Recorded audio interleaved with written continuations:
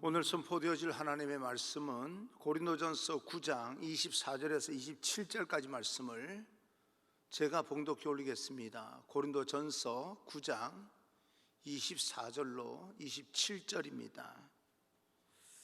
제가 봉독해 올리겠습니다. 운동장에서 다름질하는 자들이 다 달릴지라도 오직 상을 받는 사람은 한 사람인 줄을 너희가 알지 못하느냐. 너희도 상을 받도록 이와 같이 다름질하라. 이기기를 다투는 자마다 모든 일에 절제하나니 그들은 썩을 승리자의 관을 얻고자 하되 우리는 썩지 아니할 것을 얻고자 하노라. 그러므로 나는 다름질하기를 향방 없는 것 같이 아니하고 싸우기를 허공을 치는 것 같이 아니하며 내가 내 몸을 쳐 복종하게 하면 내가 남에게 전파한 후에 자신이 도리어 버림을 당할까 두려워함이로다. 아멘. 하나님의 크신 은혜와 은총이 또 이렇게 새해를 출발하는 믿음으로 하나님을 의지하고 출발하는 여러분 모두에게 함께하기를 간절히 소망합니다. 오늘은 이 본문을 가지고 구역회를 하기 전에 다시 도전하는 믿음이라는 제목으로 여러분과 함께 말씀을 나누고 시작하기로 하겠습니다. 말라기 3장 19절입니다. 주 여호와는 나의 힘이시라. 나의 발을 사슴과 같게 하사 나를 나의 높은 곳으로 다니게 하시리로다. 이것이 열정을 회복하여 달려가겠다고 하는 그런 신앙 고백입니다.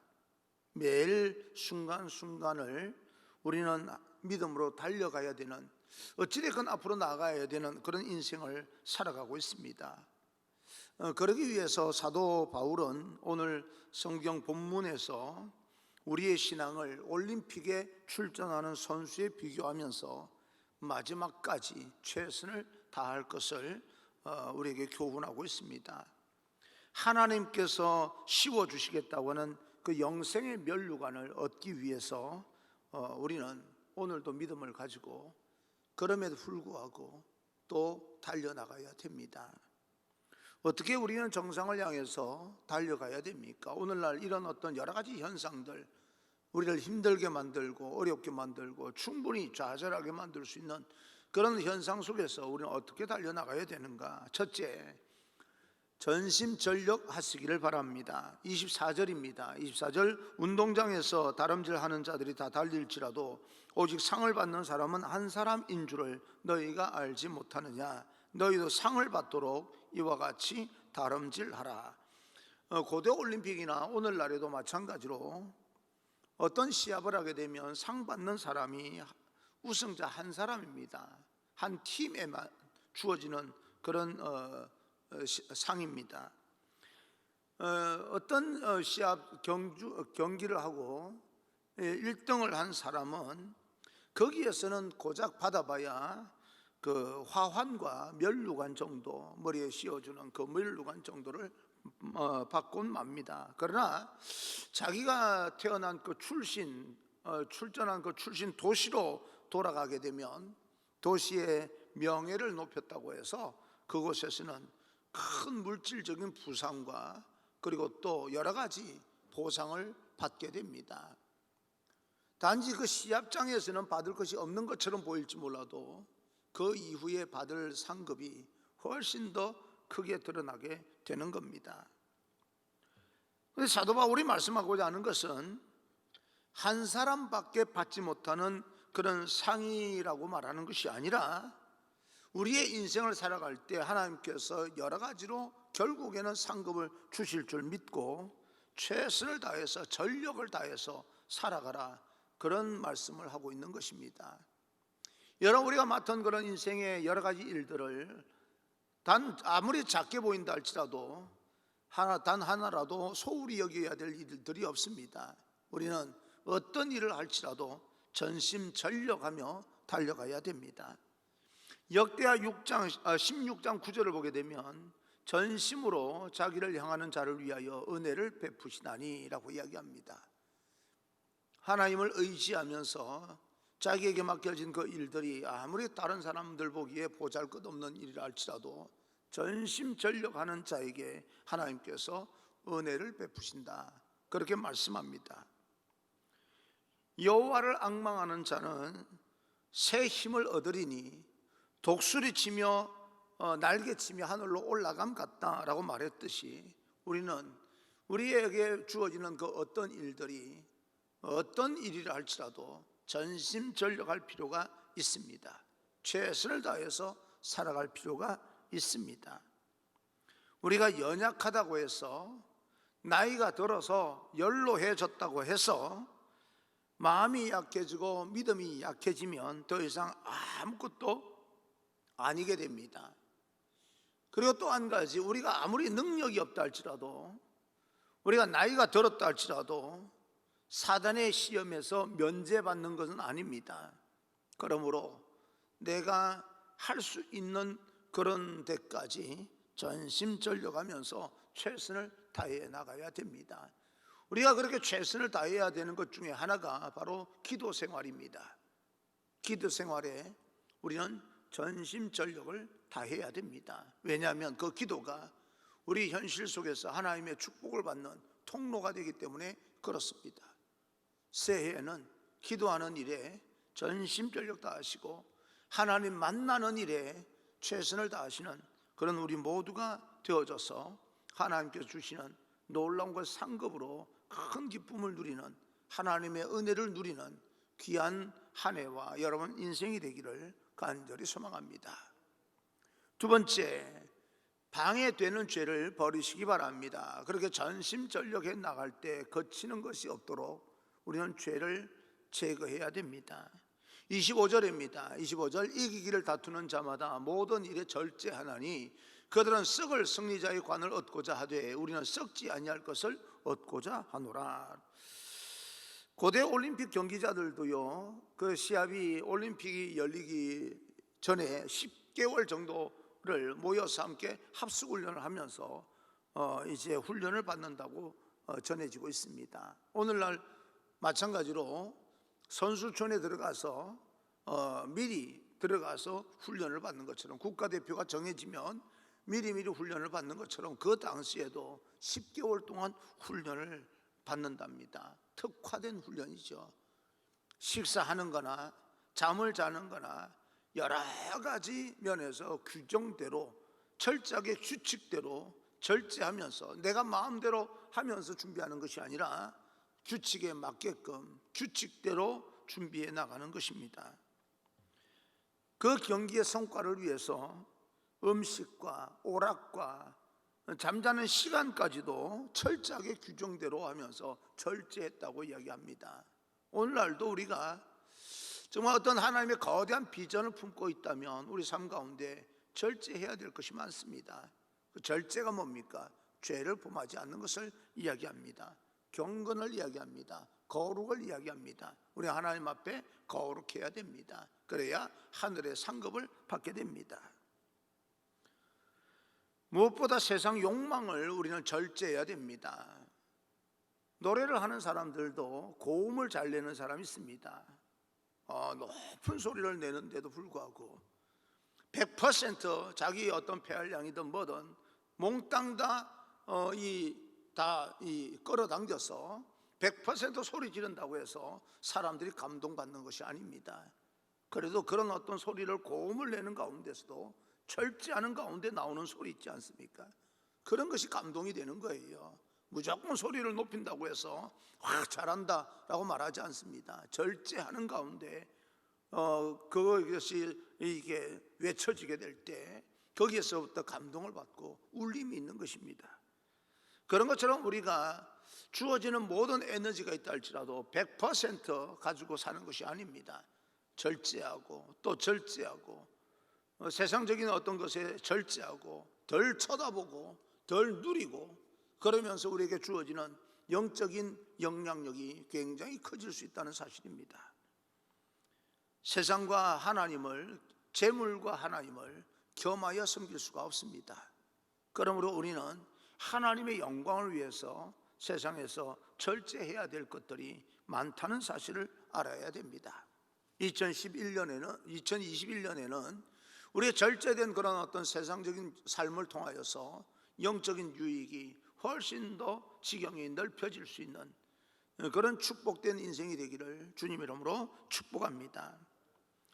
그러려면 세 번째, 목적이 분명해야 합니다. 26절입니다. 나는 다름질하기를 향방 없는 것 같이 아니하고 싸우기를 허공치는 것 같이 아니하며, 한마디로 목표가 분명하다, 그 말입니다. 나는 목표가 있어. 내가 이렇게 절제하는 이유가 있는 거야. 그 목표가 분명하기 때문에 다른 사람들이 하는 모든 일들도 절제하면서 내가 하지 않는 겁니다. 그것에 대해서 눈 뜨지 아니하고 눈을 감아버리는 겁니다. 왜요?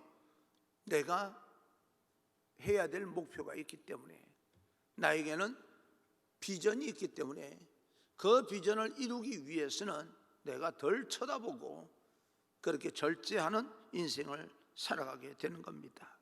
여러분, 이 땅을 사시면서 지금은 우리가 어쩔 수 없이 통제당하고 제한된 그런 삶을, 시간들을 보낼 수 없지만 여러분 안에 어떤 꿈이 있습니까? 그 꿈을 위해서 절제할 필요가 있습니다. 고린도전서 10장 31절 보게 되면, 너희가 먹든지 마시든지 무엇을 하든지 다 하나님의 영광을 위하여 하라 라고 이야기합니다. 이것이 우리 인생의 목적입니다. 하나님의 영광을 위해서. 이사야 43장 7절을 보게 되면, 내가 내 영광을 위하여 창조한 자를 오게 하라. 그를 내가 지었고 그를 내가 만들었느니라. 누가요? 여러분 한 사람 한 사람, 저를 하나님께서 만들었고 하나님께서 창조했습니다. 왜 하나님께서 우리를 만드셨습니까? 하나님이 찬양하시게 하기 위해서. 나는 내 영광을, 내 찬송을 다른 자에게 빼앗기지 아니하리라. 이게 하나님의 결단입니다. 하나님께서 만드신 창조물을 통하여서, 우리 인간을 통하여서, 하나님이 선택한 여러분 한 사람 한 사람을 통하여서 하나님께서는 영광을 받으시기를 원합니다. 그래서 우리는 뭐 해야 되는 겁니까? 절제해야 되는 겁니다. 그럴 때 하나님께서 우리에게 주시는 축복의 열매가 이 땅에 있는 모든 사람들이 부러워하는 그런 축복의 열매로 하나님께서 갚아주시는 겁니다. 내가 내 영광을 위하여 창조한 자, 내 영광을 위해서, 내 찬송을 부르게 하기 위해서, 내 찬송을 빼앗기지 않기 위해서 어떤 원수마귀들도 침투하지 못하도록 내가 보호하겠다, 지켜줘야 되겠다, 그렇게 말씀하시는 하나님이십니다. 내가 내 영광을 위하여 창조된 자, 바로 우리들입니다. 우리는 하나님의 영광을 위해서 창조된 자고 하나님의 영광을 위해서 이 땅에 태어난 자들입니다. 하나님께서 우리를 어둠의 권세에 매몰되거나 어둠의 권세로 말미암아 무너지는 것을 두고 보지 않습니다. 낮에도 말씀드렸듯이 때가 되면 하나님의 영광이 우리에게서 나타나고 드러나게 될 것입니다. 오늘 하루 분명한 목적을 가지고 우리도 힘들고 어렵지만 세상을 도전해 나갈 수 있기를 간절히 소망합니다.